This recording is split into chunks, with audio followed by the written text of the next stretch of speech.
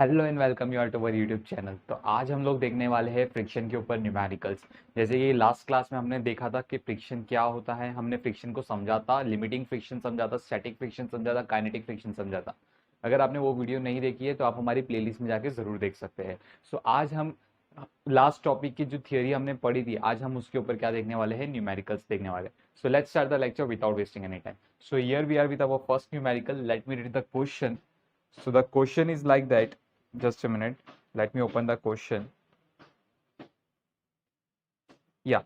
So the question is like that. If you want to press your physics book of mass m between your vertical palms so that it remains in equilibrium, with how much force you should press the book, where mu s is the coefficient of static friction between the palm and the book. तो आपका question ये है कि एक physics की book है और आपको उस बुक को अपने हाथों के बीच में उसको प्रेस करना है ताकि वो फिजिक्स की बुक नीचे ना गिर जाए। तो आपको कितनी फोर्स के साथ उसको प्रेस करना होगा, ये क्वेश्चन है आपका। ठीक है। तो यहाँ पर जैसे कि अगर मैं फिजिक्स की बुक की बात करूँ तो हम इसकी एफबीडी बनाना पसंद करेंगे। यहाँ पर सबसे पहले एफबीडी बना देंगे। तो जैसे कि हमें बताया गया कि फिजिक्स की बुक का मास है m, तो ऑब्वियसली इसकी जो वेट होगी वो नीचे की तरफ होगी, दैट इज mg। ये वेट क्या करेगा, इस बुक को नीचे की तरफ खींचेगा। ठीक है, ये बुक को क्या करेगा, नीचे की तरफ फोर्स एक्सर्ट कर रहा है, तो ये बुक स्टार्ट करना चाहिए कि नीचे की तरफ जाए।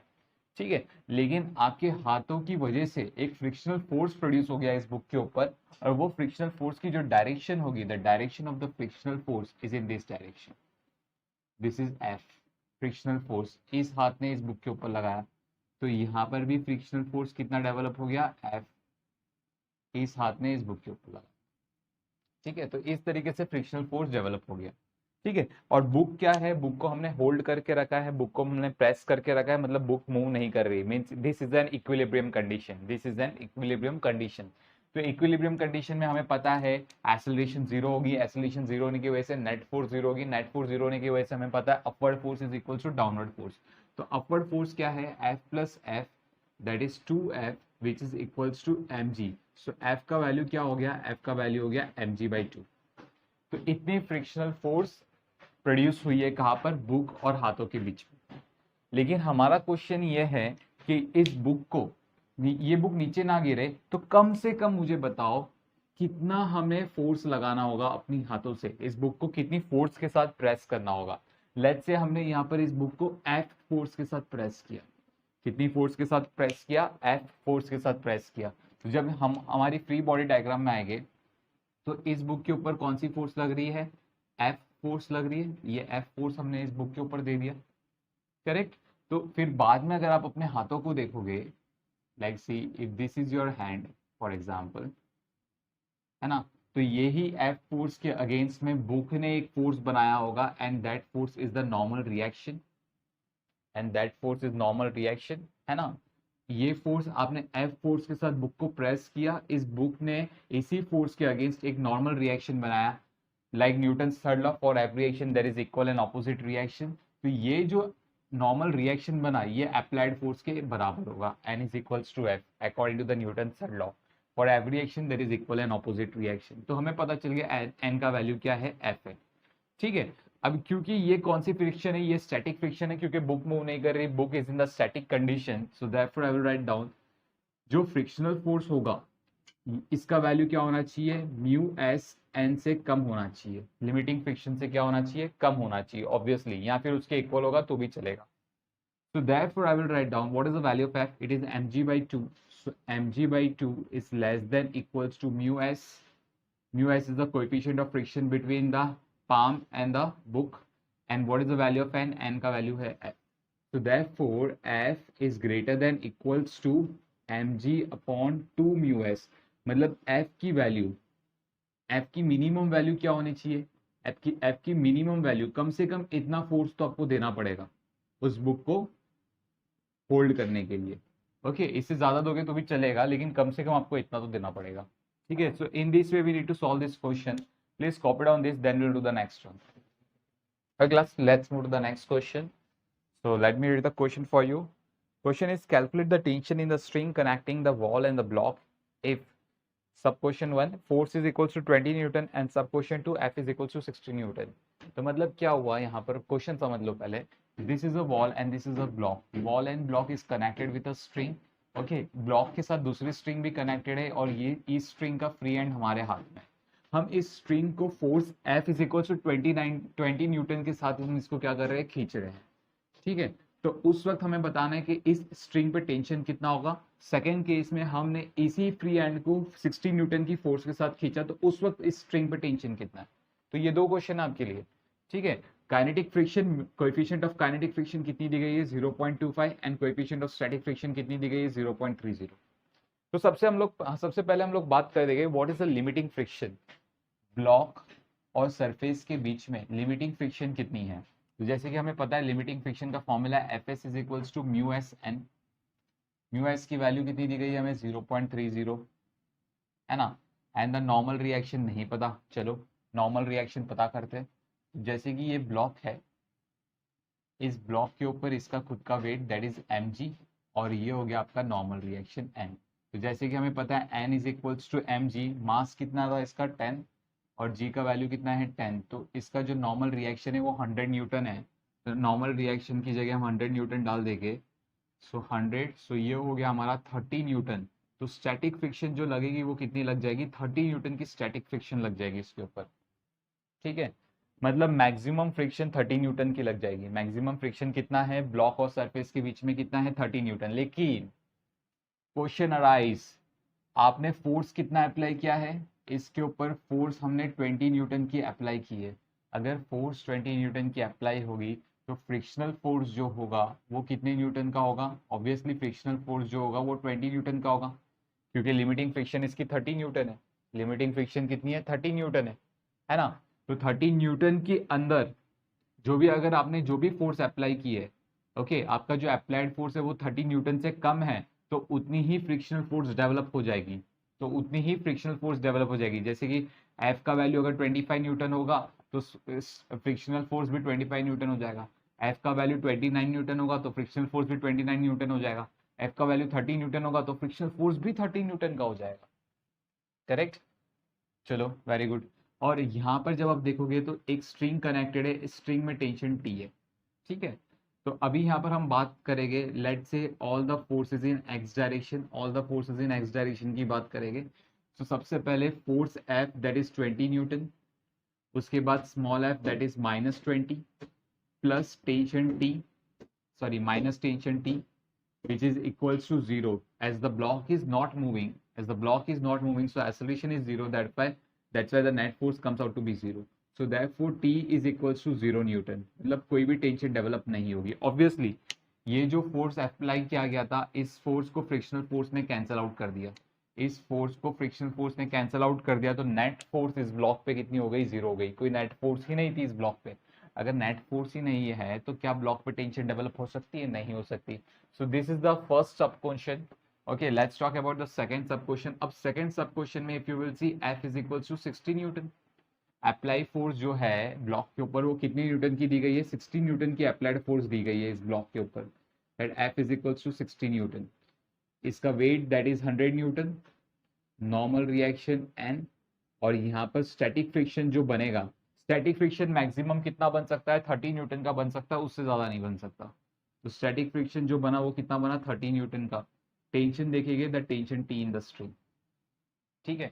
क्योंकि पता है, हमें पता है इस ब्लॉक की कोई भी मोशन नहीं होने वाली है क्योंकि ये ब्लॉक रेस्ट कंडीशन में, क्योंकि ये जो वॉल है, वॉल और ब्लॉक के बीच में जो स्ट्रिंग कनेक्टेड है, ये स्ट्रिंग इस ब्लॉक को आगे नहीं जान देगा, ठीक है। तो ब्लॉक रेस्ट कंडीशन पे ही है, तो मतलब acceleration in X direction is what, acceleration is equal to 0, कोई एक्सेलरेशन नहीं है जिसकी वजह से नेट फोर्स 0 हो जाएगी, ठीक है। अगर नेट फोर्स 0 हो गई तो हमें पता है नेट फोर्स 0 होता है तो क्या होगा, all the right side force is equals to left side forces. So right side force कौन है, F, which is equals to left side force कौन है, frictional force plus tension. So therefore tension कितना हो गया, applied force minus frictional force. Applied force कितनी है आपकी 60 न्यूटन, फ्रिक्शनल फोर्स कितनी है 30 न्यूटन, तो टेंशन जो डेवलप होगा वो कितना होगा 30 न्यूटन का टेंशन डेवलप हो गया इसमें, correct. So in this way we need to solve this question. Please copy down, then we'll move to the next one. Let's move to the next question. So let me read the question. So the question is, yeah, find the least pulling force P which acting at an angle of 45 degree with the horizontal will slide a body weighing 5 kg along a rough horizontal surface. The coefficient of friction, static friction and kinetic friction is 1/3. If a force of double this is applied along the same direction, find the resulting acceleration of the block. Okay तो दो चीजें पता लगानी है. सबसे पहले P का minimum value कितना होना चाहिए जिसकी वजह से ये ब्लॉक स्लाइड कर जाए, और दूसरे सब क्वेश्चन में क्या बोला है, if I double the value of P, मतलब हम अप्लाइड फोर्स को डबल कर दे, हम अप्लाइड फोर्स को क्या कर दे, डबल कर दे, तो उस वक्त मुझे बताना है कि इस बॉडी की एक्सेलरेशन कितनी होगी. तो ये दो चीजें पता करनी है. सबसे पहले हम बात करेंगे यहाँ पर फ्री बॉडी डायग्राम की. तो जैसे कि जब हम फ्री बॉडी डायग्राम देखेंगे, जैसे कि if you will see this is a block whose mass is m, correct. तो इसके ऊपर कौन से फोर्स लग रहे हैं. सबसे पहले तो इसका खुद का weight, that is mg in the downward direction, तो mg in the downward direction. उसके बाद यहाँ पर लग रहा है फोर्स p, करेक्ट. उसके बाद ग्राउंड से इसको नॉर्मल रिएक्शन मिल रहा है, दैट इज n, करेक्ट. ये जो P है हमें पता है हॉरिजॉन्टल लाइन के साथ कितनी एंगल बना रहा है, 45 डिग्री का एंगल बना रहा है. तो इस P को we will resolve into two components. इस P को हम टू कंपोनेंट्स में रिजॉल्व करेंगे. जैसे कि हमें पता है एक कंपोनेंट हो जाएगी वर्टिकल कंपोनेंट एंड दूसरी हो जाएगी horizontal component. So this component become P cos 45 and this component become P sin 45. ठीक है, तो ये वाला कंपोनेंट आपका हो गया P sin 45, करेक्ट. और ऑब्वियसली दिस ब्लॉक, ये फोर्स क्या करेगी, इस ब्लॉक को राइट की तरफ खींचने की कोशिश करेगी, जिसकी वजह से फ्रिक्शनल फोर्स जो सेटअप हो जाएगा ब्लॉक और सरफेस के बीच में, ब्लॉक और सरफेस के बीच में, वो कौन से डायरेक्शन में सेटअप हो जाएगा, इन द लेफ्ट डायरेक्शन. तो ये जो फ्रिक्शनल फोर्स है देखो बच्चों, ये लेफ्ट डायरेक्शन में सेटअप हो गया. So this is the frictional force. तो ये बन गया हमारा FBD. So when we look this FBD और हम ट्राई करेंगे इस चीज को एनालाइज करने का, जैसे कि हमें पता है सबसे पहले हम बात करेंगे the forces in Y direction, forces in y direction. So if we will see the net force in y direction, then n plus p sin 45, so n plus p sin 45 minus mg which is equals to 0. Okay, because this block, अभी ये block slide होने वाली है, अभी तक हुई नहीं है. ठीक है, हमें क्या फाइंड आउट करना है, what is the minimum value of P. P का कम से कम वैल्यू कितना होना चाहिए जिसकी वजह से ब्लॉक स्लाइड करना चालू कर दे. तो ब्लॉक स्लाइड नहीं हुई है, ब्लॉक स्लाइड करना चालू होने वाली है. ठीक है, तो एक्सेलरेशन जिसकी वजह से इसका जीरो ही रहेगा एट दिस इंस्टेंट.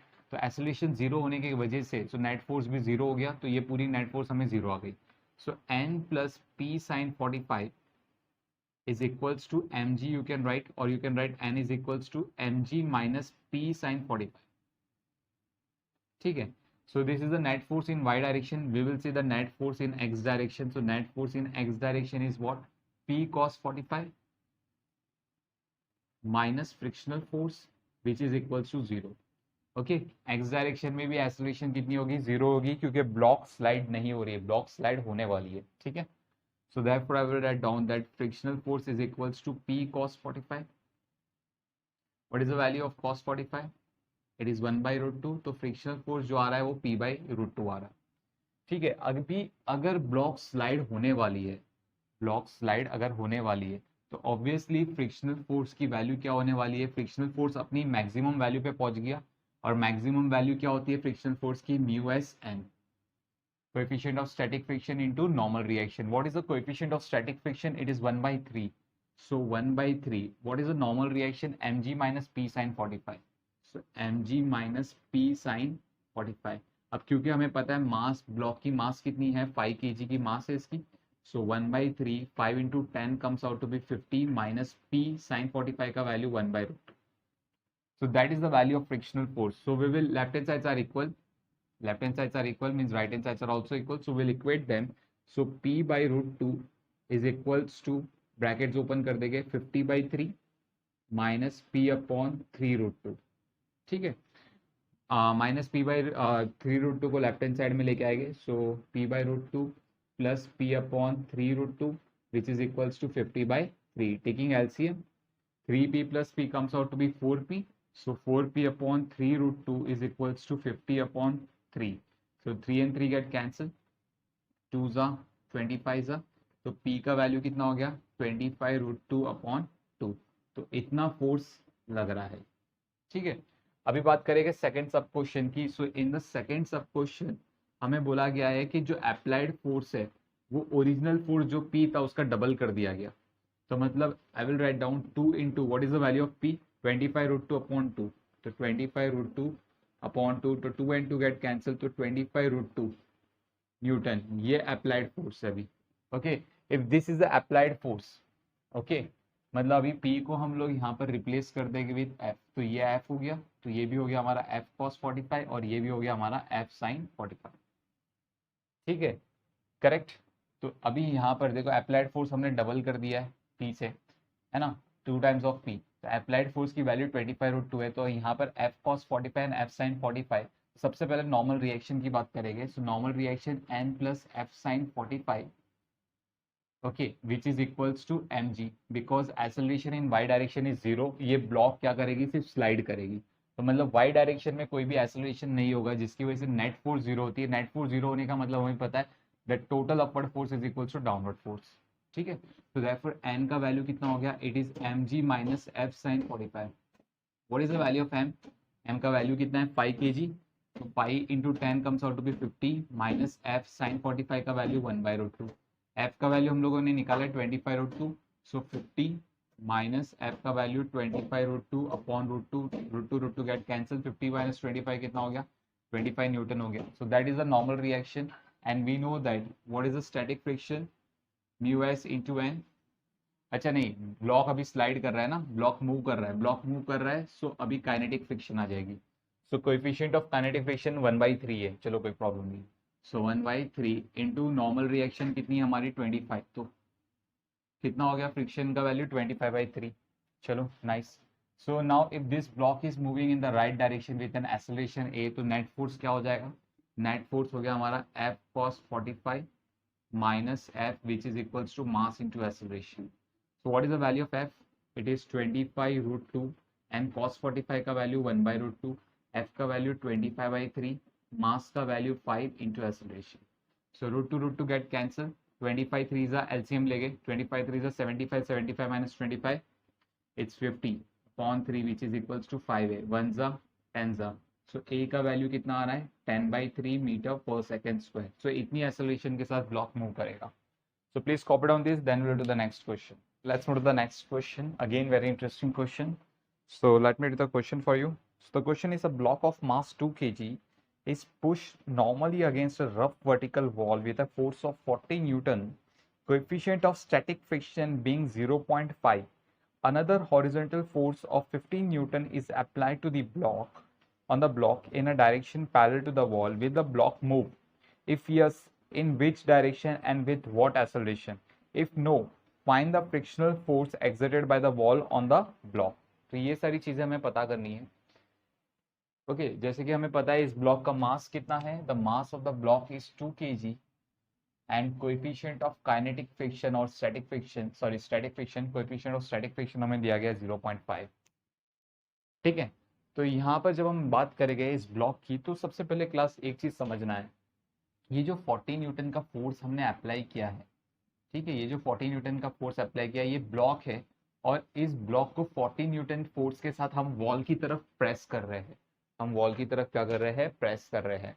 तो एक चीज याद रखो क्लास, ध्यान से देखो, if suppose this is a block और ये जो बोर्ड है ये आपका वॉल है, ठीक है, आप यहाँ पर इस ब्लॉक को 40 न्यूटन के साथ प्रेस कर रहे हो, अब 40 न्यूटन लगाओ, उससे ज्यादा लगाओ, चलो मैंने 150 न्यूटन लगा दिया, हम और ज्यादा फोर्स लगाएंगे, और ज्यादा फोर्स लगाएंगे, तो क्या ये वाला फोर्स इस ब्लॉक को मूव करवाने के लिए रिस्पॉन्सिबल है या नहीं? Obviously answer is no. ये वाला जो फोर्स हम अप्लाई कर रहे हैं इस ब्लॉक के ऊपर, ये फोर्स इस ब्लॉक को मूव कराने के लिए रिस्पॉन्सिबल नहीं है। तो अभी नेक्स्ट देखते हैं क्या mg अगर इस ब्लॉक के ऊपर mg फोर्स लग रहा है, मतलब इसका खुद का वेट, तो क्या ये जो फोर्स है ये इस ब्लॉक को रिस्पॉन्सिबल है मूव करवाने के लिए? तो जैसे कि आप देखोगे इसकी वेट की वजह से ये नीचे जा सकता है, करेक्ट। ओके, तो मतलब ये वाला फोर्स रिस्पॉन्सिबल होता है मूव करवाने के लिए। अब बात करते हैं 15 न्यूटन की। 15 न्यूटन जो फोर्स है वो साइड से अप्लाई की गई है लाइक दिस। तो अगर मैंने ये फोर्स की वैल्यू बढ़ा देता हूँ, चलो मतलब मान लो हमने ये फोर्स बढ़ा दिया, तो ये जो बुक है ये राइट की तरफ शिफ्ट कर सकती है ना। सिर्फ ये वाला फोर्स जो होता है, आप कितना भी बढ़ा दो, ये फोर्स कभी भी, देखो मैंने ये फोर्स कितना भी बढ़ा दिया, ये फोर्स कभी भी इस ब्लॉक को मूव कराने के लिए रिस्पॉन्सिबल नहीं होती। ठीक है, तो जब हम इसका एफबीडी देखेंगे, सबसे पहले तो एफबीडी में दो तरीके से बनाऊंगा। एक इसका फ्रंट व्यू बनाऊंगा, फ्रंट व्यू मतलब जब आप यहाँ पर सामने से इसको देख रहे हो, फ्रंट व्यू बनाऊंगा। तो फ्रंट व्यू के केस में हमें क्या दिखाई दे रहा है, that if this is a block, इस ब्लॉक के ऊपर इसका खुद का वेट, ये जो वेट है ये कितना है, मास 2 kg, तो वेट हो गया 20 न्यूटन। इसके ऊपर फोर्स अप्लाई किया गया है 15 न्यूटन का इन द राइट डायरेक्शन।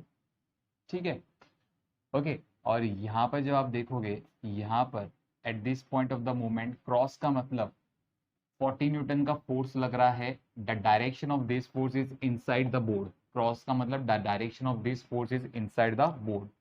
ठीक है, जैसे कि अगर मैं बात करूं तो ये ब्लॉक है हमारी। ओके, आप ब्लॉक को फ्रंट व्यू से देख रहे हो, तो 15 न्यूटन की फोर्स यहाँ से लग रही है, एक इसका खुद का weight, this is the weight of this book, और एक 40 न्यूटन, देखो 40 न्यूटन बुक बोर्ड के अंदर जा रहा है, 40 न्यूटन बोर्ड के अंदर जा रहा है, तो उसको हमने इस तरीके से रिप्रेजेंट करवा दिया। ठीक है, फाइन। तो अभी हमें पता है, अच्छा जो नॉर्मल रिएक्शन होगा, नॉर्मल रिएक्शन कहाँ पर होगा, मैं यहाँ पर बना देता हूँ, that normal reaction is coming out of the board.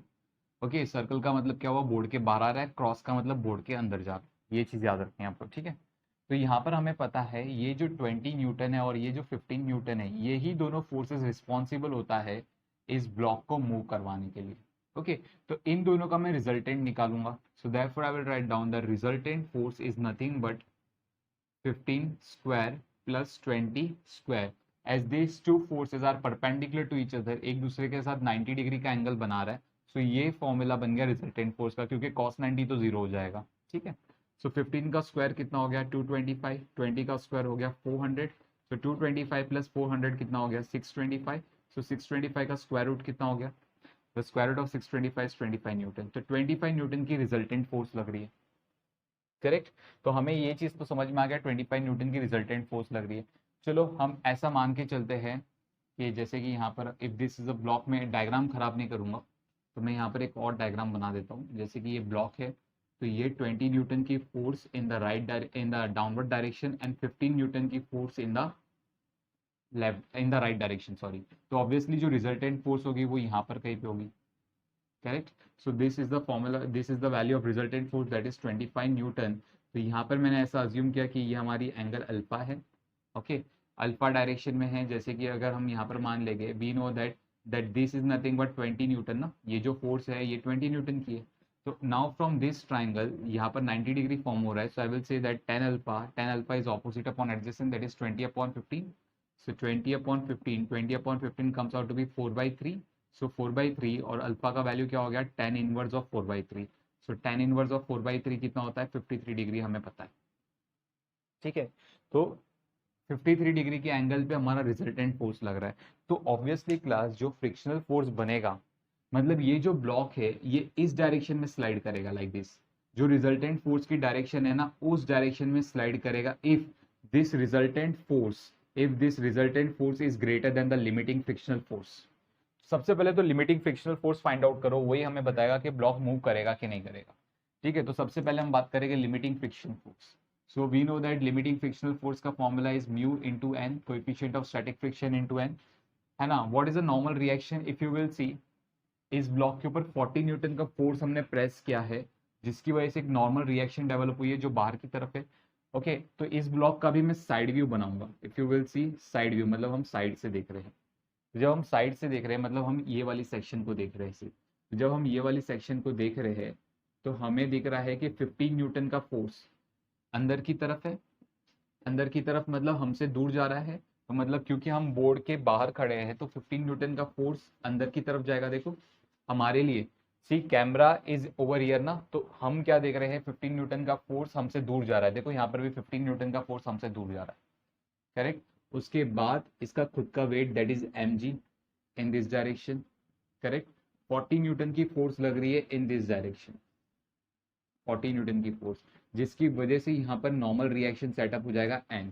तो नॉर्मल रिएक्शन ऑब्वियसली कितना बन रहा है, 40 न्यूटन की नॉर्मल रिएक्शन बन रही है। ये जो आपने फोर्स अप्लाई किया है 40 newton, this force is responsible to set the normal reaction. तो ये जो नॉर्मल रिएक्शन बन गया है कितने का बन गया, 40 न्यूटन का नॉर्मल रिएक्शन बन गया। तो यहाँ पर नॉर्मल रिएक्शन की वैल्यू पुट करेंगे, स्टैटिक फ्रिक्शन की वैल्यू कितनी है 0.5, नॉर्मल रिएक्शन कितनी है 40, so 0.5 into 40 comes out to be 20 newton. तो जो लिमिटिंग फ्रिक्शन है वो 20 न्यूटन की है, और जो अप्लाइड फोर्स है, रिजल्टेंट फोर्स है, वो कितनी है 25 न्यूटन की है। तो ऑब्वियसली अप्लाइड फोर्स अगर लिमिटिंग फ्रिक्शन से ज़्यादा है तो मतलब ब्लॉक मूव करेगा, डेफिनेटली मूव करेगा, ठीक है।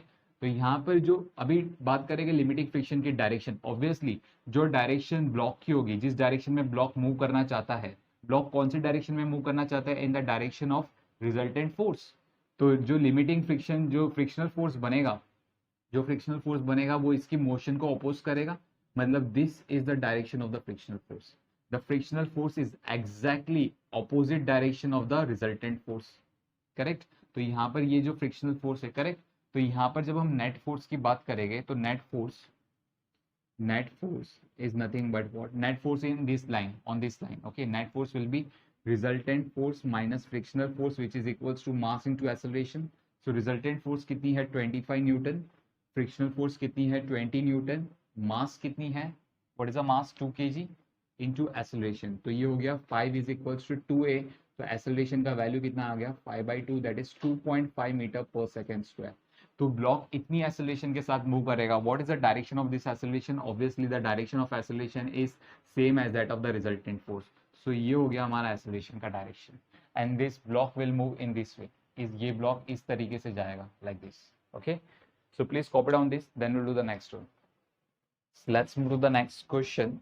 सो नेक्स्ट क्वेश्चन में हमें क्या करना है, आपको जैसे कि डायग्राम दिया गया है, आपको in every diagram you need to find out, in every diagram you need to find out what is the frictional force and what is the acceleration, okay। आपको हर एक डायग्राम में फाइंड आउट करना है कि फ्रिक्शनल फोर्स और acceleration क्या होगी block की। तो ये क्लास, तो जैसे मैंने आपको पहले भी बताया है, इसके प्रीवियस समय हमने किया है that if this is a block, तो ये जो ब्लॉक है यहाँ पर हम जो भी फोर्स देंगे इस ब्लॉक को, ये वाला जो फोर्स हमने अप्लाई किया है इस ब्लॉक के ऊपर, ठीक है, ये वाला जो फोर्स हमने अप्लाई किया इस ब्लॉक के ऊपर, this force is not responsible for the motion of this block. ये ब्लॉक की मोशन के लिए ये वाली फोर्स रिस्पॉन्सिबल नहीं होती है, ठीक है। तो मतलब यहाँ पर जब 100 न्यूटन की फोर्स अप्लाई किया है मैंने इस ब्लॉक के ऊपर जो एक वॉल के साथ कनेक्टेड है, ठीक है, तो ये 100 न्यूटन की फोर्स इस ब्लॉक को मूव कराने के लिए रिस्पॉन्सिबल नहीं है। तो क्या ये ब्लॉक मूव होगी, हो सकती है, क्यों हो सकती है, इसकी वेट की वजह से। अब जैसे कि हमें पता है इसका वेट जो है, the weight of this block is given to us that is 5 kg, ये हमें दिया गया है, weight of the block is 5 kg given to us, ठीक है। तो शायद होपफुली इस वेट की वजह से ये ब्लॉक मूव कर सकती है, because if suppose this is a block, तो शायद मैं यहाँ पर फोर्स लगाऊंगा लेकिन ये फोर्स इनफ नहीं है कि इस ब्लॉक को होल्ड रख सके। तो यहाँ पर देखो ये ब्लॉक अपनी वेट की वजह से नीचे स्लाइड करना चालू कर दी, है ना। तो ये चीजें हो सकती है, ठीक है। तो सबसे पहले हमें वही पता करना है क्या ये होगा, ब्लॉक मूव करेगा या नहीं करेगा, अगर ब्लॉक मूव करेगा तो कितनी एक्सेलरेशन के साथ मूव करेगा। सो लेट्स स्टार्ट दिस पार्ट। तो सबसे पहले हम क्या करेंगे, इसकी एफबीडी बना देंगे। एफबीडी में हमें पता है एक normal reaction, okay, let me draw with another pen. So यहाँ पर जब आप देखोगे तो एक नॉर्मल रिएक्शन लग जाएगा यहाँ पर, this is the normal reaction N, इसका खुद का वेट जो होगा 50 newton, so this is the weight of the block that is 50 newton in the downward direction. इस वेट को अपोज करने के लिए फ्रिक्शनल फोर्स बन जाएगा in the upper direction, correct. तो सबसे पहले ये पता करना है क्या ये फ्रिक्शनल फोर्स इस ब्लॉक को रोक सकता है या नहीं रोक सकता है, क्या ये फ्रिक्शनल फोर्स की कैपेबिलिटी है कि इस ब्लॉक को रोक सकता है, इस ब्लॉक को रोकने की, ओके, इस फ्रिक्शनल फोर्स की क्या कैपेबिलिटी है इस ब्लॉक को रोकने की, सबसे पहले ये पता करना है। तो फ्रिक्शनल फोर्स का जो वैल्यू होगा that is mu into N. अब क्योंकि हमें पता है इस ब्लॉक की कोई भी मोशन नहीं होगी in the x direction, horizontal line पे कोई भी मोशन नहीं होगी, तो हॉरिजॉन्टल लाइन पे अगर कोई भी मोशन नहीं हुई तो acceleration in X direction is zero, acceleration in X direction is zero, जिसकी वजह से नेट फोर्स जीरो हो जाएगा इन एक्स डायरेक्शन। नेट फोर्स अगर जीरो हो गया इन एक्स डायरेक्शन में तो हम लोग को पता है that the force which is acting in the right side is equal to the force acting on the left side, तो जिसकी वजह से हमें एन का वैल्यू मिल जाता है दैट इज 100 न्यूटन। तो एन आ गया हमें 100 न्यूटन। तो हम लिमिटिंग फ्रिक्शन पहले पता करेंगे। सो लिमिटिंग फ्रिक्शन म्यू एस का वैल्यू कितना है आपका 0.3, और नॉर्मल रिएक्शन का वैल्यू कितना है 100। So 0.3 into 100 comes out to be 30 newton. 30 newton की लिमिटिंग फ्रिक्शन लग जाती है। 30 न्यूटन की आपकी फ्रिक्शनल फोर्स लग रही है लेकिन इसका वेट है 15 न्यूटन, तो ऑब्वियसली ये फ्रिक्शनल फोर्स इस ब्लॉक को रोक नहीं पाएगा, मतलब ये ब्लॉक मूव करेगी। ये ब्लॉक मूव करेगी। तो मतलब ये जो सिनारियो है वो कैसे हो जाएगा, जैसे कि मतलब मान लो ये वाला जो फोर्स मैं अप्लाई कर रहा हूँ with my finger that is of 100 Newton, ये 100 न्यूटन का फोर्स है, ठीक है। लेकिन जैसे ही मैंने ये फोर्स अप्लाई किया तो ये ब्लॉक क्या कर रही है, अपनी वेट की वजह से नीचे स्लाइड करना चालू कर दी, लाइक दिस, करेक्ट। तो नीचे स्लाइड करना चालू हो गया। तो हमें फाइंड आउट करना है कि जब ये ब्लॉक नीचे स्लाइड कर रहा है तो कितनी एक्सेलरेशन के साथ कर रहा है, ओके, कितनी एक्सेलरेशन के साथ करना है। जैसे कि हमें पता है ये ब्लॉक अगर नीचे स्लाइड करेगी, ओके, तो मतलब ब्लॉक इज इन मोशन। तो जब ब्लॉक मोशन में हो जाएगी तो जो फ्रिक्शन डेवलप होती है वो काइनेटिक फ्रिक्शन होती है। तो काइनेटिक फ्रिक्शन का फॉर्मूला क्या है, mu K into N. What is mu K का वैल्यू 0.4, एंड नॉर्मल रिएक्शन कितनी है हमारी, नॉर्मल रिएक्शन इज 100। तो 0.4 into 100 comes out to be 40 newton. तो यहाँ पर जो फ्रिक्शन फोर्स लगी है वो कौन सी है, काइनेटिक फ्रिक्शन। तो नेट फोर्स की बात करेंगे, सो देयरफॉर नेट फोर्स जो होगी it is 50 minus kinetic friction F के, which is equals to mass into acceleration, mass is 5 into acceleration, so therefore 50 minus fk का वैल्यू कितना है 40, which is equals to 5a, so therefore 10 is equals to 5a, तो a का value कितना आ गया 2 metre पर second square, so that is the value of acceleration। तो हमें ये वैल्यू मिल रही है एक्सेलरेशन की बच्चों। अभी आगे बढ़ते हैं, सेकंड केस में देखेंगे सेम सिनारियो, बस कुछ नहीं किया है, ये जो अप्लाइड फोर्स है इसको बढ़ा दी गई, अप्लाइड फोर्स को बढ़ा दी गई। मतलब क्या था, ये जो ब्लॉक था इस ब्लॉक को भी और फोर्स के साथ प्रेस किया, तो जब मैंने इस ब्लॉक को और फोर्स के साथ मैंने प्रेस किया तो ये हो सकता है कि ये जो ब्लॉक है अभी मूव ना करे, अभी ये जो ब्लॉक है अभी मूव ना करे। तो ये तो हमें तभी मालूम पड़ेगा जब हम इस चीज को एनालाइज करेंगे।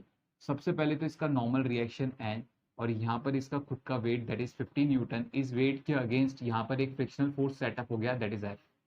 तो सबसे पहले हम वो फ्रिक्शनल फोर्स फाइंड आउट करेंगे कि कितना फ्रिक्शनल फोर्स सेटअप हुआ। तो जो फ्रिक्शनल फोर्स होगा वो म्यू एस एन हो जाएगा, लिमिटिंग फ्रिक्शन, करेक्ट। एन की वैल्यू पता करेंगे, जैसे कि हमने लास्ट समय पता किया था, इस ब्लॉक की कोई भी मोशन नहीं होगी in the x direction. If x direction में इस ब्लॉक की कोई भी मोशन नहीं हो रही है तो obviously N is equals to 500, so N is equals to 500 newton, correct. So जो फ्रिक्शनल फोर्स है म्यू एस का वैल्यू कितना है 0.3, और नॉर्मल रिएक्शन कितना है 500। जब मैं इनको मल्टीप्लाई करूंगा 50 into 3 comes out to be 150 newton, correct. So ये फ्रिक्शनल फोर्स सेटअप हो गई है। As you can see this is the limiting friction, ये मैक्सिमम फ्रिक्शन है जो इस ब्लॉक पे लग सकती है, ठीक है। लेकिन यहाँ पर जब आप देखोगे इस ब्लॉक के पास वेट कौन सी है, 50 न्यूटन की वेट है, और यही वेट रिस्पॉन्सिबल होती है इस ब्लॉक को मूव करवाने के लिए।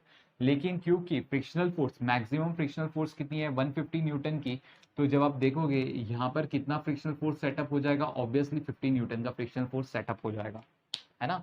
यहाँ पर कितना फ्रिक्शनल फोर्स सेटअप हो जाएगा 50 न्यूटन का।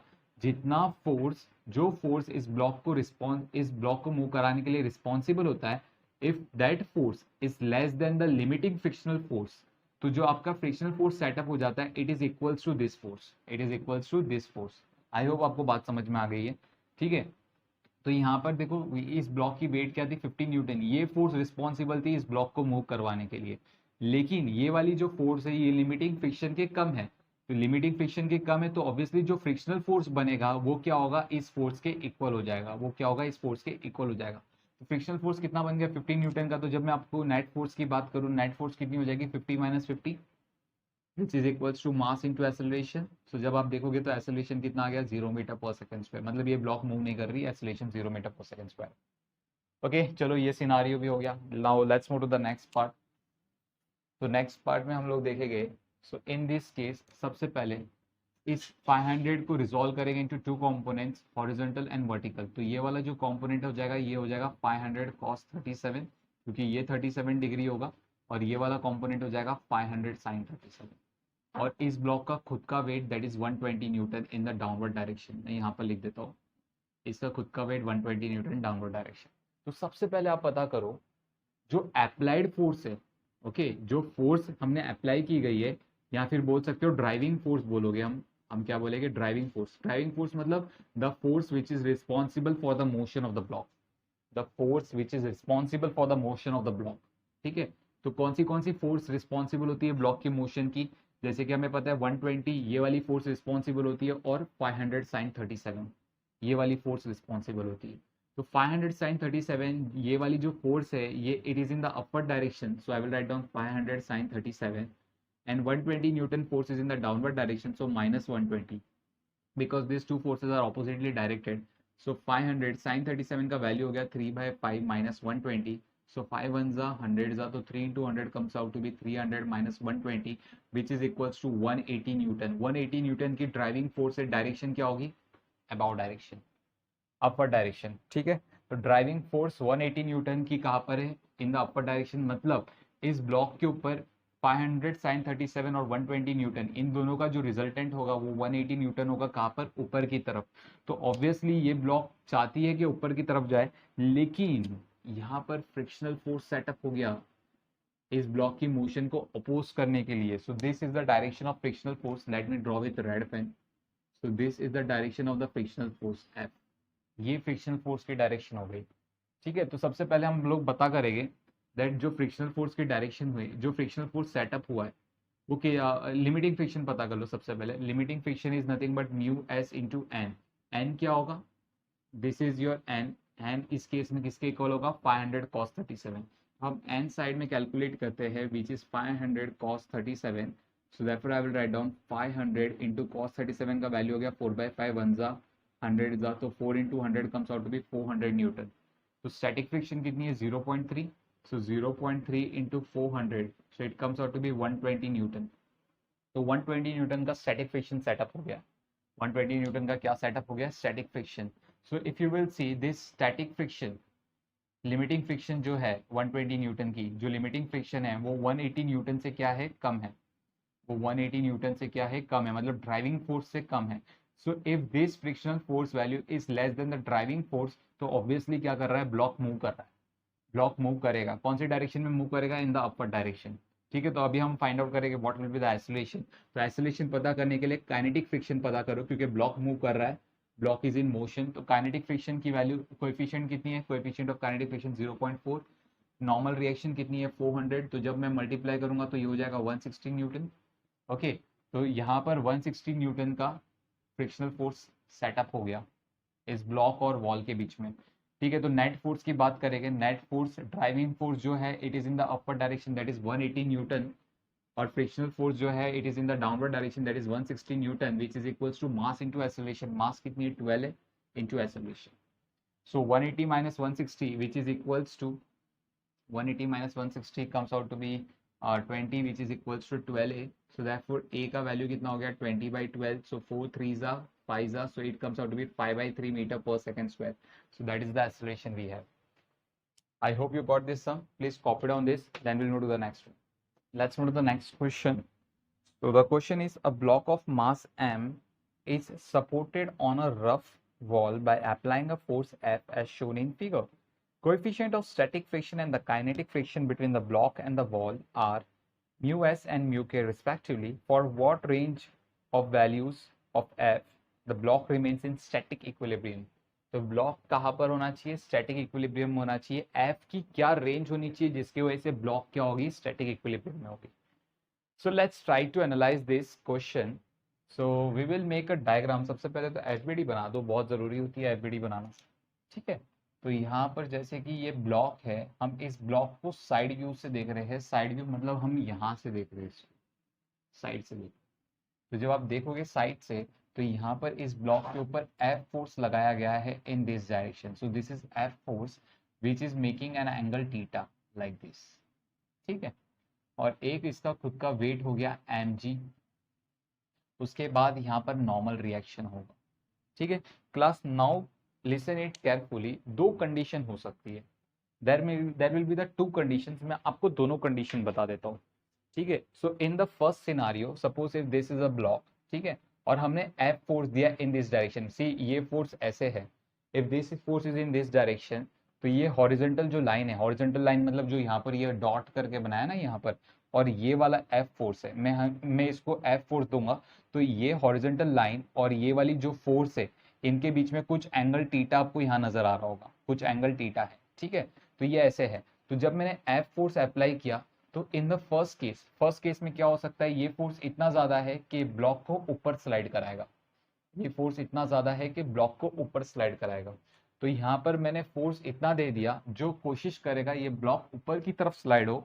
तो अगर ये ब्लॉक ऊपर की तरफ स्लाइड होगी, तो जो फ्रिक्शनल फोर्स है वो नीचे की तरफ डेवलप हो जाएगी. So this is case number 1. ठीक है, so this is case number 1, हम यहाँ पर लिख देते हैं for maximum value of F. यहाँ पर ये फोर्स बहुत ज्यादा था, for maximum value of capital F. So next we will see case number 2। So case number 2 for minimum value of F. अभी हम बात करेंगे for minimum value of F, मतलब एफ की वैल्यू कम से कम, अगर एफ की इतनी कम वैल्यू है कि मतलब मान लो ये फोर्स एफ, ये मैंने इस पे अप्लाई किया है, बट ये वैल्यू बहुत कम है, ये जो फोर्स अप्लाई किया गया ना ये फोर्स बहुत कम है, तो ब्लॉक क्या कर रहा है, अपनी वेट की वजह से नीचे की तरफ मूव करना चालू कर दिया। एक कंडीशन होती है जहां पर ब्लॉक ऊपर जाएगा और दूसरा कंडीशन होगा जहां पर ब्लॉक नीचे जाएगा। नीचे किसकी वजह से जाएगा, because of its own wait, because of its own wait. तो यहाँ पर जब हम देखेंगे तो ये जो ब्लॉक है हमारा, हमें पता है यहाँ पर मैंने if this is a force applied on the block capital F, but ये फोर्स इनफ नहीं है इस ब्लॉक को ऊपर मूव करवाने के लिए। Okay, so this is for minimum value of F. तो यहाँ पर इसका खुद का weight that is M ji.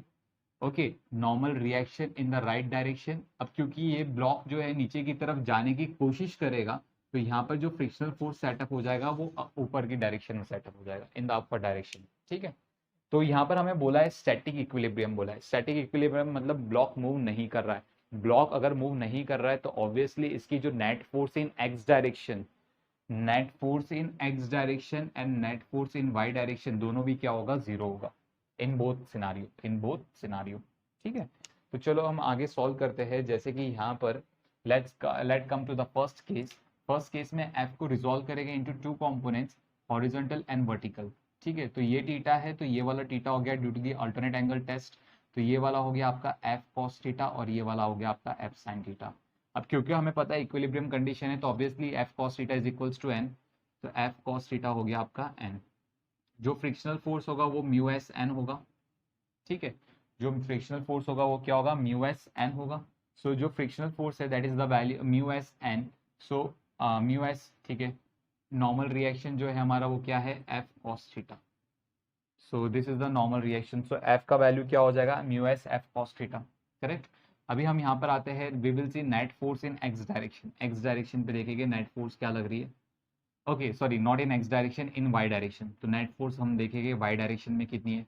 So net force तो हमें पता है जीरो है, नेट फोर्स जीरो है, तो हमें पता है नेट फोर्स अगर जीरो होगा तो मतलब क्या, वो upward force is equals to downward force. तो अपवर्ड फोर्स क्या है, F sine theta, and the downward force is M G plus F small F. ठीक है, mg plus small f downward force. So therefore I will write down f sin theta is equals to mg plus what is the value of f? f की value क्या है, f की value है mu S F cos theta. So mu S F cos theta, इसको left hand side लेके आएंगे तो f sin theta minus mu S F cos theta which is equals to mg। So therefore I will write down f common, तो अंदर क्या मिला, sin theta minus mu S cos theta which is equals to mg। So f का value कितना हो गया, f का value हो गया mg sin theta minus mu S cos theta. This is the maximum value of F.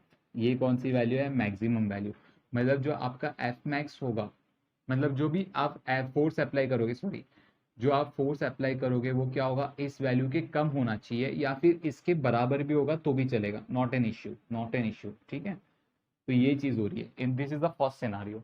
Now let's talk about the second scenario. Second scenario में हम find out करेंगे what is the minimum value of F.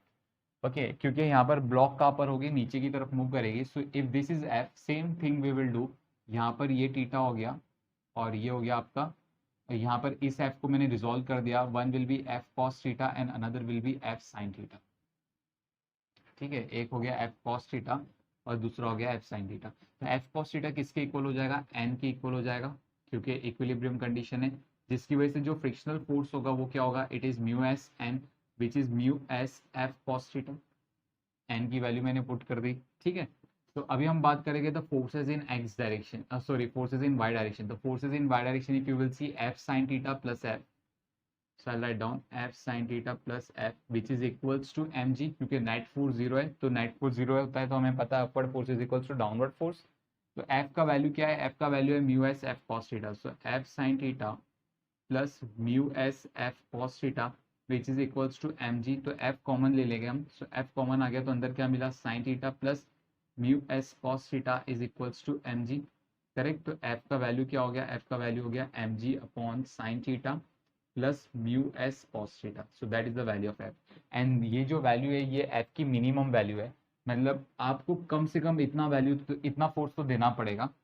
इससे ज्यादा होगा तो भी चलेगा, that is M G upon sine theta plus mu S cos theta, लेकिन इससे ज्यादा होगा तो चलेगा, लेकिन इससे ज्यादा नहीं होना चाहिए।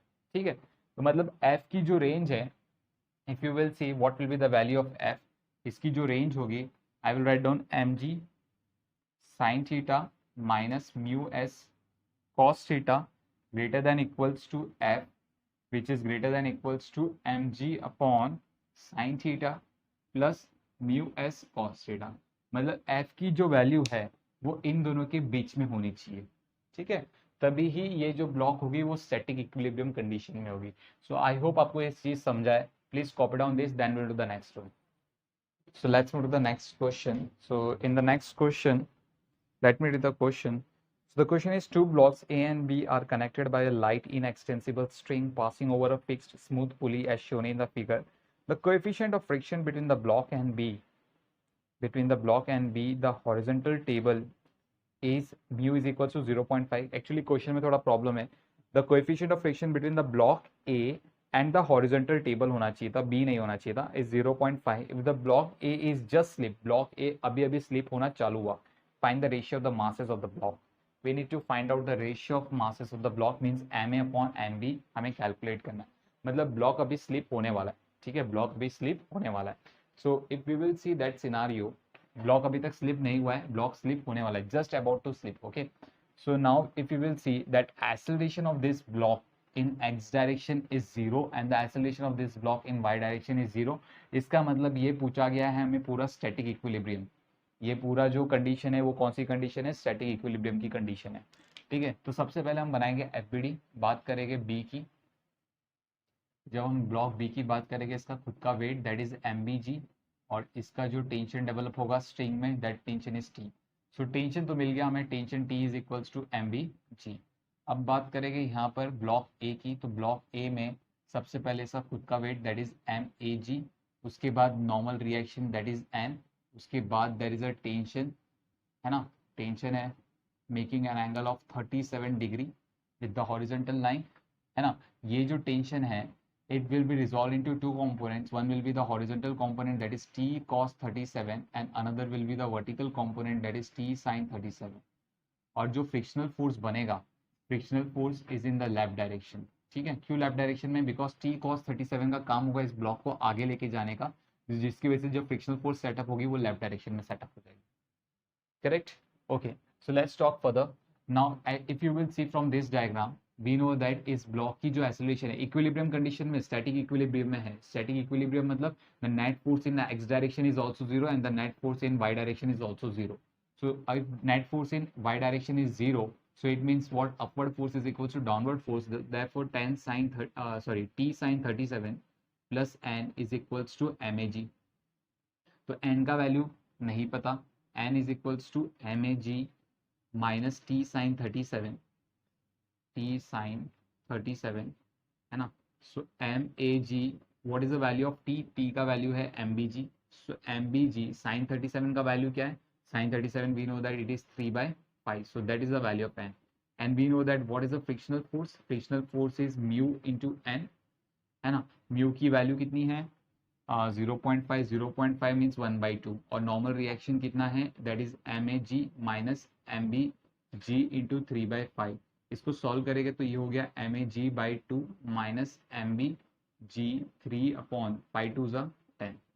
ठीक है, तो ये मुझे फ्रिक्शनल फोर्स मिल रहा है। ठीक है, so if you will see that frictional force F is equals to what, T cos 37।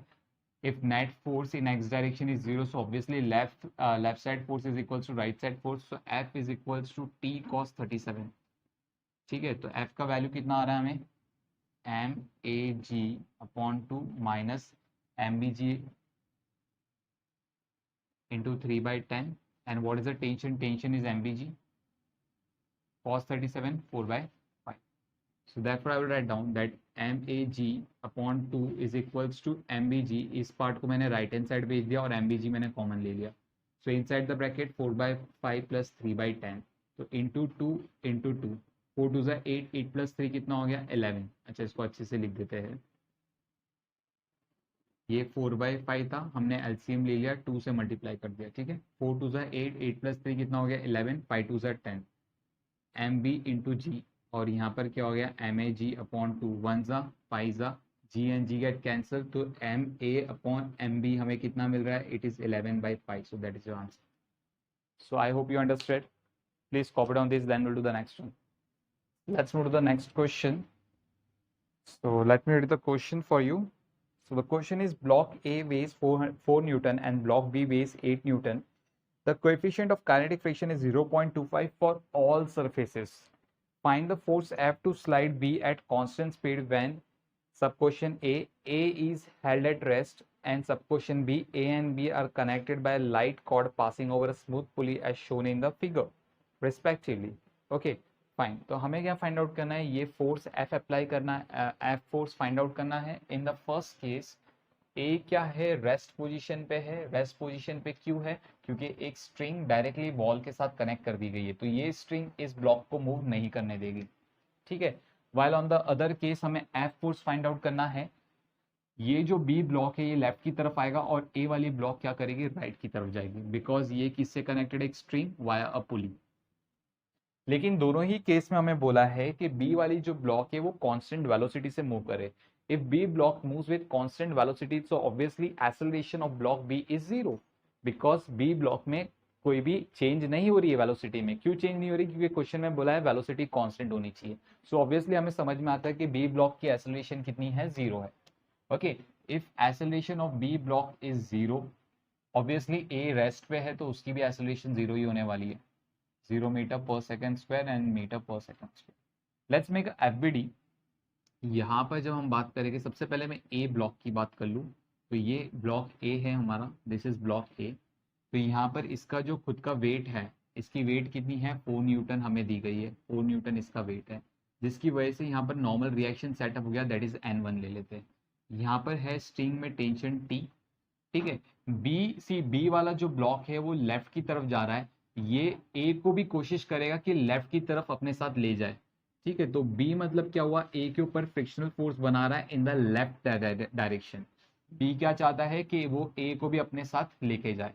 ठीक है, तो इसका और जो बी कैसे लेके जाएगा ए को अपने साथ, by developing a frictional force between B and A, और वो फ्रिक्शनल फोर्स की डायरेक्शन क्या होगी, in the direction of B.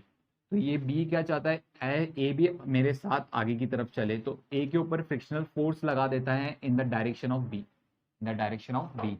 ठीक है, तो इससे हमें समझ में आता है कि ये सारी फोर्सेस लगने वाली। तो यहाँ पर जब हम देखेंगे N1 का वैल्यू कितना है, N1 का वैल्यू है 4 न्यूटन, N1 का वैल्यू है 4 न्यूटन। तो फ्रिक्शनल फोर्स कितना हो जाएगा, फ्रिक्शन फोर्स की वैल्यू क्या होगी, we know that it is mu N1, correct. What is the value of mu, coefficient of friction हमें दिया गया 0.25 which can be written as 1/4 and the value of N1 is 4, F and F get cancel, तो जो friction force लग रही है वो 1 Newton की फ्रिक्शन फोर्स लग रही है, इतना समझ में आ रहा है हमें। ठीक है, तो फ्रिक्शनल फोर्स की वैल्यू हमें आ गई, that is of 1 newton. Now let's talk about the block B की FBD. If suppose this is a block B, ठीक है, ए क्या करेगा, ब्लॉक बी को रोकने की कोशिश करेगा। सी ब्लॉक बी लेफ्ट की तरफ मूव कर रहा है, तो ए क्या करेगा, बी पे फ्रिक्शन फोर्स बनाएगा in the right direction, in the right direction. A क्या करेगा, बी पे फ्रिक्शनल फोर्स बनाएगा इन द राइट डायरेक्शन, क्योंकि ए नहीं चाहता कि ब्लॉक बी आगे की तरफ जाए। ठीक है, तो ए क्या करेगा, ब्लॉक बी को रोकने की कोशिश करेगा by giving a frictional force in the opposite direction of the motion of the block. Now let's talk about block B को, ये जो ground surface है ये भी रोकने की कोशिश करेगा with the frictional force F on the right direction, let's say F1। ये frictional force अलग होगी, ये सेम नहीं होगी। ठीक है, फाइन। तो यहाँ पर और ब्लॉक बी के ऊपर हमने एक फोर्स दिया है, applied force, that is F। ठीक है, और उसके बाद इसका खुद का weight, what is the weight of block B, that is 8 newton. और उसके बाद ये जो ब्लॉक ए है ये ब्लॉक बी के ऊपर नॉर्मल रिएक्शन भी देगा N1, है ना, ये जो N1 है ये ब्लॉक ए ब्लॉक बी के ऊपर देगा। ब्लॉक बी को ग्राउंड से एक फोर्स मिल रहा है, that is N2 in the upper direction. So ये जो F1 है, F1 is the frictional force between the block B and the ground. तो F1 का जो वैल्यू होगा दैट इज म्यू N2, जो ग्राउंड ने नॉर्मल रिएक्शन दिया आपको उससे मल्टीप्लाई करानी है। म्यू का वैल्यू कितना है, म्यू का वैल्यू है आपका 0.25 which can be written as 1/4। Normal reaction कितनी है आपकी, N2 की वैल्यू जब आप देखोगे N2 is equals to N1 plus 8, तो N2 की जगह हम पुट करेंगे N1 plus 8। What is the value of N1? N1 का वैल्यू है 4, तो 4 प्लस 8 हो जाएगा 12, so 12 upon 4 which is equals to 3 newton. तो ये वाली जो फोर्स लग गई है 3 न्यूटन की फोर्स लग गई। So we know that if this block is moving in left direction with constant velocity, तो इसकी acceleration कितनी है? Acceleration of block B is 0 meter per second square.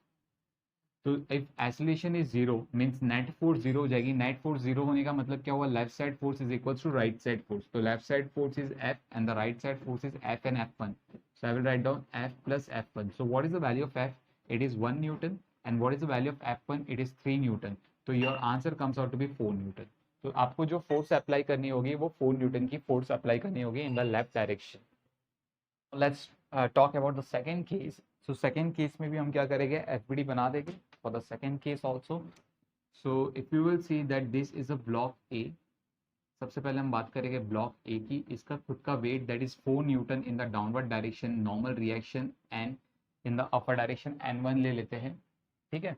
Block B क्या कर रहा है? ब्लॉक बी लेफ्ट की तरफ जा रहा है, तो ब्लॉक बी कोशिश करेगा ए को भी अपने साथ लेके जाए by applying a friction force on A, so that friction force is F, ठीक है। अब यहाँ पर इसके पास टेंशन भी है, tension T in the string, because A एक स्ट्रिंग के थ्रू कनेक्टेड है ना, तो टेंशन टी डेवलप हो जाएगी। हमें पता है N1 का वैल्यू कितना हो जाएगा? 4 न्यूटन हो जाएगा, जिसकी वजह से जो फ्रिक्शनल फोर्स सेटअप हो जाएगी that is mu N1। Mu का वैल्यू कितना है? 0.25 which can be written as 1/4। N1 का वैल्यू है 4, 4 and 4 get cancel, frictional force तो 1 न्यूटन है। चलो इतना समझ में आता है। तो जो फ्रिक्शनल फोर्स है F is equals to T, because ये ब्लॉक कांस्टेंट वेलोसिटी के साथ मूव कर रहा होगा ऑन द राइट डायरेक्शन। ये जो ब्लॉक है कांस्टेंट वेलोसिटी के साथ मूव कर रहा है इन द राइट डायरेक्शन, क्योंकि बी कांस्टेंट वेलोसिटी से मूव कर रहा है तो ऑब्वियसली ए भी कांस्टेंट वेलोसिटी से मूव करेगा। तो एक्सेलरेशन ऑफ ए कितना हो जाएगा? 0। तो obviously net force in X direction is 0। Net force in X direction is 0 मतलब right side force is equals to left side force. तो T is equals to F which is 1 newton. चलो tension आ गया। Now let's talk about the block B. तो block B की FBD की बात करेंगे। So if this is a block B, ये हमारा ब्लॉक बी है, ठीक है, ये ब्लॉक बी है, इस पे फोर्स लग रहा है in the left direction that is F, ठीक है। ये जो ब्लॉक ए है ये इस ब्लॉक को आगे नहीं मूव करने देना चाहता, तो ये क्या करेगा? एक फ्रिक्शनल फोर्स सेटअप करेगा इन the right direction that is F1। और ग्राउंड ग्राउंड और बी के बीच में भी एक फ्रिक्शनल फोर्स सेटअप होगा इन द राइट डायरेक्शन दैट, अच्छा ये एफ होगा सॉरी, और ये F1 ले लेते हैं, ठीक है। जितना फ्रिक्शनल फोर्स बी ने ए पे लगाया है उतना ही फ्रिक्शनल फोर्स ए बी पे लगाएगा, एफ, ठीक है। तो यहाँ पर जब हमने देखा कि बी जब लेफ्ट की तरफ मूव कर रहा है तो ये जो ग्राउंड सरफेस है ये भी क्या करेगा? बी को रोकने की कोशिश करेगा by giving a frictional force to the B in the opposite direction of its motion, ठीक है। और फिर बाद में बी एक स्ट्रिंग के थ्रू कनेक्टेड है तो उसमें टेंशन डेवलप हो जाएगा टी। तो इतनी सारी फोर्सेस लग रही है। सबसे पहले हम बात करेंगे, अच्छा यहाँ पर इसका खुद का वेट भी होगा, weight is 8 newton. Normal reaction block A B को नॉर्मल रिएक्शन देगा N1, ग्राउंड बी को नॉर्मल रिएक्शन देगा N2। So therefore I will write down N2 is equals to N1 plus 8। N1 का वैल्यू कितना आपका? 4, तो 4 प्लस 8 हो गया 12 Newton. So that is the value of N2. So if I talk about the frictional force F1 which is equals to mu N2, what is the value of mu? Mu का value आ रहा है 0.25, 0.425 comes out to be 1/4 and 12 is so it get cancelled out, so frictional force comes out to be 3 Newton. So जब हम बात करेंगे we know that acceleration of B कितना है? 0 meter पर सेकेंड स्क्वायर, तो मतलब नेट फोर्स 0 हो गया। नेट फोर्स 0 होने का मतलब क्या हुआ? Left side force is equals to right side force. So therefore I will write down F is equals to small f plus P plus F, ठीक है। तो एफ का वैल्यू कितना है हमारे पास? फ्रिक्शन फोर्स का वैल्यू, एफ की वैल्यू हमने कैलकुलेट किया दैट इज 1। टेंशन हमने कैलकुलेट किया है, टेंशन भी 1 न्यूटन है एंड फ्रिक्शनल फोर्स हमने कैलकुलेट किया that is 3। So 1 + 1 + 3 comes out to be 5 newton. So that is the applied force. So let's move to the next sum. So the last question for the day. So the question is the friction coefficient between the board and the floor shown in the figure is mu. Find the maximum force that the man can exert on the rope so that the board does not slip on the floor. तो ये जो board है इसके और floor के बीच में friction दी गई है हमें म्यू है, ठीक है। आपको फाइंड आउट करना है कि इस पर्सन ने मैक्सिमम फोर्स इस स्ट्रिंग पे कितना दिया जिसकी वजह से ये बोर्ड स्लिप ना करे इस फ्लोर के ऊपर, ठीक है। तो ये हमारा क्वेश्चन है। तो सबसे पहले हम बात करेंगे एफबीडी की। If I consider this as my entire system, ये हमारा एक सिस्टम है। तो जब हम देखोगे so that this is a person, ठीक है, इसने एक रोप को पकड़ के रखा है लाइक दिस, और इसके नीचे एक बोर्ड है और you can say platform whatever, this is mass M और इस पर्सन का मास है कैपिटल एम। तो इन दोनों का टोटल वेट कितना हो गया, that is M plus M into G, ये इनका टोटल वेट है, ठीक है। इस पर्सन ने क्या किया, इस पर्सन ने इस रोप के ऊपर एफ फोर्स लगाया इन द डाउनवर्ड डायरेक्शन, यहाँ पर लगाया एफ फोर्स लगाया इन द डाउनवर्ड डायरेक्शन, जिसकी वजह से इस स्ट्रिंग में टेंशन सेटअप हो गया, that tension is T, that tension is T. इस स्ट्रिंग पे क्या सेटअप हो गया, टेंशन सेटअप हो गया। Now class will come back over here.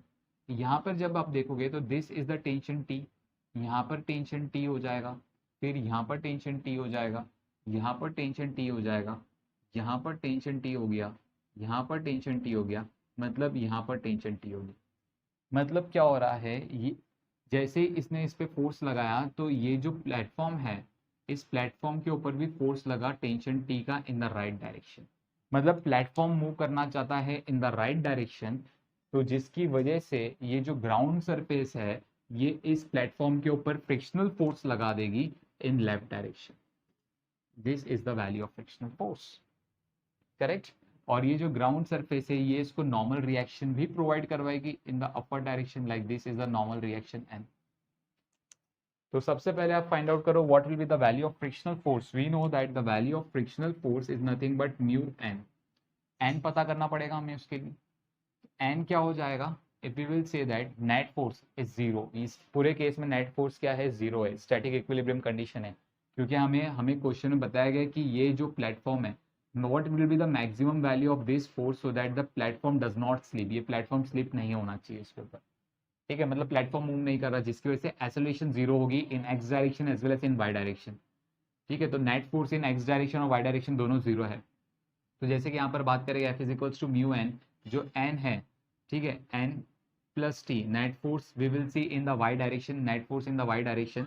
So we know that upward force n plus t is equals to downward force that is m plus m g। Class f नहीं आएगा, remember f ये person string पे force apply कर रहा था, और हम free body diagram में हम वही फोर्स इंडिकेट करते हैं जो फोर्स बॉडी के ऊपर लग रहा होता है। यहाँ पर बॉडी के ऊपर कौन सा फोर्स लग रहा है, टी है। ये तो मैंने आपको सिर्फ इंडिकेट किया था कि ये पर्सन इसके ऊपर एफ फोर्स लगाने की वजह से टी टेंशन डेवलप हो गया। तो ये जो टेंशन डेवलप होगा वो किसके इक्वल होगा, ऑब्वियसली एफ फोर्स के ही इक्वल होगा। जितनी फोर्स के साथ वो नीचे खींचेगा उतनी ही टेंशन डेवलप होगी। तो ये फोर्स को हम रब कर देते हैं ताकि आपको कंफ्यूजन ना हो। तो ये इसका प्रॉपर एफबीडी हो गया, ठीक है। So N plus T is equals to M plus M G. तो N is equals to M plus M G minus T. What is the value of T, T की वैल्यू है F, तो F put कर देंगे। So M plus M G minus F, तो ये आ गया हमें नॉर्मल रिएक्शन। नॉर्मल रिएक्शन की वैल्यू पुट करेंगे तो frictional force comes out to be mu N. Mu N की वैल्यू क्या है हमारे पास, it is M plus M G minus F, that is the value of frictional force. तो अब जब आप देखोगे frictional force is equals to tension, क्योंकि नेट फोर्स एक्स डायरेक्शन में भी जीरो है ना, और टेंशन क्या है, tension is nothing but F, जो फोर्स अप्लाई की गई है। Therefore I will write down F की वैल्यू क्या है, it is mu M plus M G, मैं ब्रैकेट्स ओपन कर दूंगा, mu M plus M G minus mu F, correct, which is equals to right hand side में F है हमारे पास। So therefore mu M plus M G is equals to mu F plus F. जहां से मैं F common ले लूंगा तो अंदर क्या मिलेगा, म्यू प्लस वन, और यहाँ पर क्या मिला, mu M plus M into G. तो एफ का वैल्यू कितना आ गया, एफ का वैल्यू आ गया mu M plus M g upon mu plus 1. So that is the force applied by that person on the string. ठीक है. So I hope you like this lecture. If you like this lecture, then share with your friend and subscribe our channel. Thank you.